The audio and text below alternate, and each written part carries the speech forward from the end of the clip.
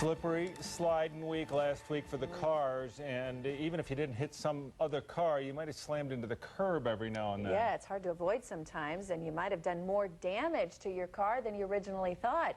Our Monday morning mechanic David Rogers is joining us live with advice on why you should get your car looked at if you did hit the curb or anything else. Hi, David. Well, hi, Natalie. Hey, Tom. You two are right. There can be so much more damage. You wouldn't even believe the amount of cost. Here's a great example. You know, first I'll show you this tire and this wheel.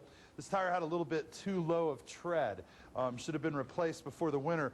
The tire actually hit the curb, and you can see the damage here, and you can see the damage here. Not only do they destroy a tire and a rim like this will run you about 400 bucks, but here's the real pretty thing. What we have here is the subframe of the vehicle. This runs under the front. You see the suspension components here that connect down to where your wheels are and your spring. This, where you see all this pink marking here, is all wrinkled up. Should be nice and flat. What happens is, you're driving down the road, you step on the brakes, you slide sideways, and the curb makes contact with the side of the wheel instead of the front. When that happens, it puts pressure on the metal and causes everything to fold up. Now, there's no fixing this. There isn't any repair here. So, what would have cost us, $250, 400 bucks for a set of tires, now it costs us $4,000. What we have to do is take out the entire subframe, the steering knuckle, all these suspension components, and replace them in the car. About $3,500 to $4,000. We could have easily solved that with a set of tires. And, the number one piece of advice for driving in the ice, and that's slow down. What about you, Tom? How's your driving going this week? I'm what we call a not-so-gifted and talented driver. Really? So, but everything's fine. I struck nothing, which Awesome. it's a good way to start the winter.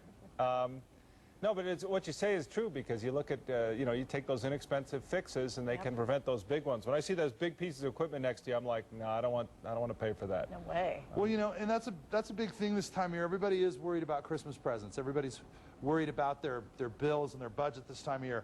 But one thing you don't want to skimp on are things that help you stop, whether it's your brakes, your tires, things of that nature. There's two things the car has to do. One, it has to start, and the other, it has to stop. I know it sounds silly, but Trouble last year, you talk about gifts. I gave Natalie shocks and struts. It didn't go over well. And she was not happy with me. So this year, I'm going to get her a rocker arm assembly. That's why he's not married, David. I've got a nice used subframe down here if you're interested, Tom. Well, I'm one of those emotional guys. David, thanks as always. Thanks, David. Cheers. Have a nice holiday. At least giving me new ones. Got somebody's used Stuff shocks. off of an old Thanks. car, from my old Capri. Hey, we should mention, for more useful information, you can check out David's website, MondayMorningMechanic.com. You can also watch some of our past segments and car tips on your home computer.